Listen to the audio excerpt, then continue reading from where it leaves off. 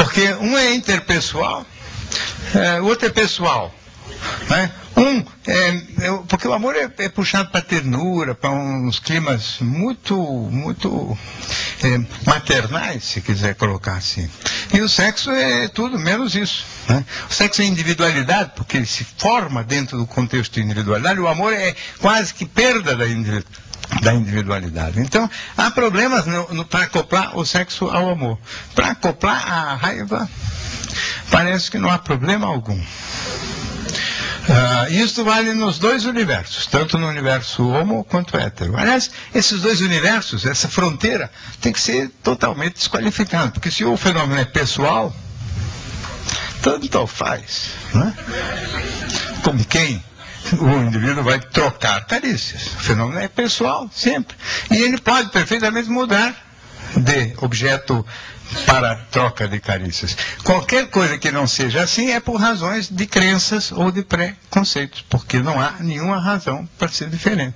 Aliás, os homens heterossexuais, mais machões, na cadeia, todo mundo sabe que eles têm práticas homossexuais. Nos navios mercantes, os marinheiros, por os grandes veiculadores da AIDS, por causa disso, porque na ausência de mulher, ter relação com homem é uma coisa de macho.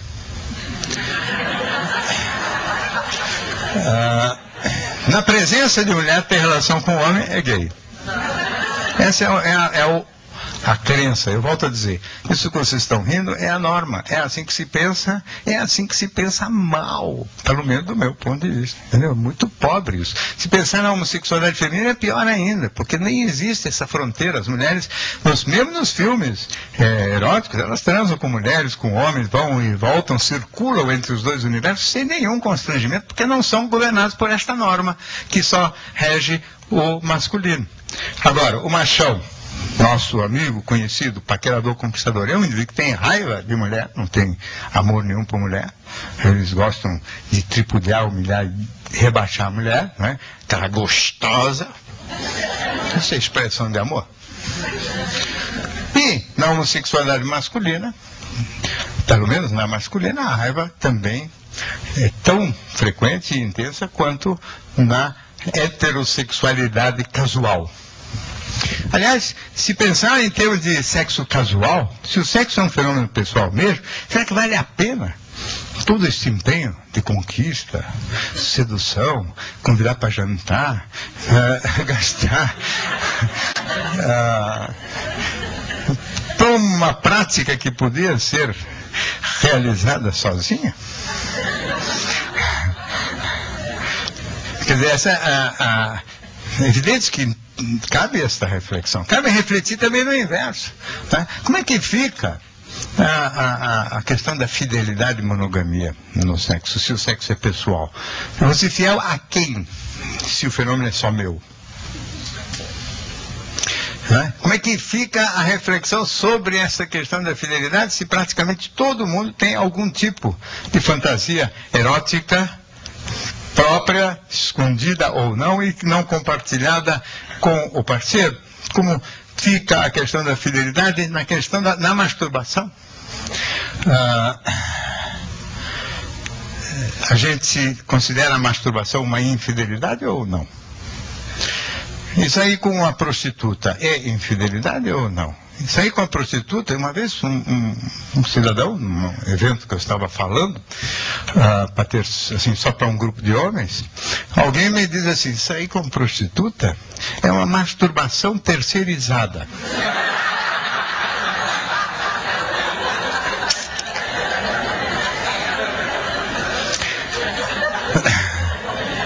É verdade, porque o indivíduo não sabe nem o nome da mulher, que interpessoalidade tem nisso? Não é? Mas não é só com prostituta. Quando você sai com uma pessoa com a qual você não tem, vamos dizer, intimidade compartilhada, é tudo totalmente pessoal. Né? E a não ser o prazer da vaidade, da conquista, da sedução, em que você pode se achar o bacana, né? E paga por isso também. Então precisa haver a fidelidade e a infidelidade tem que ser repensada, por um lado. Por outro lado, tem que ser repensado mais ainda se vale a pena esse tipo de prática sexual. sem, vamos dizer assim, interpessoalidade, né? Se a prática sem interpessoalidade, não é melhor você desaparecer de uma vez e virar só prática pessoal, porque prática pessoal ou por amor ou por raiva. Então se transa por amor ou se transa por raiva, mas por nada, né? Só por causa da excitação fica meio duvidoso. É um assunto que está em aberto, evidentemente é um dos temas que eu estou hoje refletindo muito para futuras, certamente no ano que vem eu estarei aqui só falando disso. É um tema muito interessante, muito sério, e que muda completamente a maneira de ver a questão da sexualidade, a questão da, vamos dizer assim, inclusive não é nem no sentido de desqualificar a questão da fidelidade, eu acho que desqualifica as relações sem envolvimento, né? Mais até. Eu até acho assim que se desaparecer a preocupação com fidelidade e infidelidade, e se as pessoas não forem mais infiéis, aprontando essas coisas que gostam tanto, acho que até parariam de fazer, fica sem graça. Porque quase tudo que fica liberado, né, fica sem graça. Mas ainda existem muitos problemas, por exemplo, nos casais, a respeito do próprio sexo virtual, né? Quando uma mulher pega um homem brincando na internet, olhando coisas extravagantes na internet, etc., ficam muito incomodados. E mais ainda ficam os homens quando pegam as mulheres fazendo isso. E tem cada vez mais também. Aliás, os homens, quando fazem isso com mulheres, né? Quando trata-se do universo homossexual, perdão, heterossexual. Então, evidentemente, existem muitas coisas ainda a serem melhor entendidas nesse aspecto da sexualidade, que está em franca mudança, porque o mundo virtual está trazendo para nós a visão clara de como o fenômeno, na verdade, é mais do que tudo pessoal. Depois, um outro assunto que também foi muito já tratado por mim em outras vezes, e que eu volto a falar neste livro, e falando a pretexto sempre das crenças. No fundo, o livro é sempre, então, esse contraponto entre as crenças tradicionais e aquilo que a gente, portanto, aprendeu a pensar, e quanto a gente deveria se livrar delas para poder pensar de uma forma nova, original, um pouco mais autônoma e um pouco mais compatível com aquilo que se encontra e que se vê na realidade da vida. Na questão da vaidade, que é o ensaio seguinte, também há muitas reflexões desse tipo. Primeiro que a própria sociedade tem crenças muito vagas sobre o assunto. É um assunto em que parece que socialmente as pessoas não se resolveram muito bem. Porque existe, vamos dizer assim, um certo... ninguém sabe se é qualidade ou defeito a vaidade. E a vaidade não é nem qualidade nem defeito, é uma propriedade do instinto sexual. Este sim biológico, né? Um prazer erótico de se destacar ou de se exibir, chamar a atenção, de atrair olhares, e isto existe independentemente da cultura. Eu acho que isto aqui, esse exibicionismo, inclusive físico, ele é presente em todas as tribos primitivas, em todos os índios, etc. Pintar o rosto, se enfeitar, se adornar de alguma maneira, não é?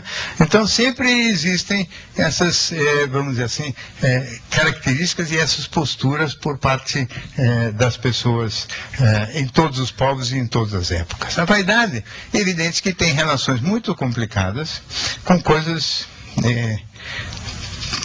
difíceis da gente avaliar. Por exemplo, tem muito a ver com a ambição. Naturalmente, porque por vaidade ele quer se destacar, ele quer sempre um espaço de notoriedade para si. Essa ambição nem sempre se exerce de uma maneira moralmente lisa.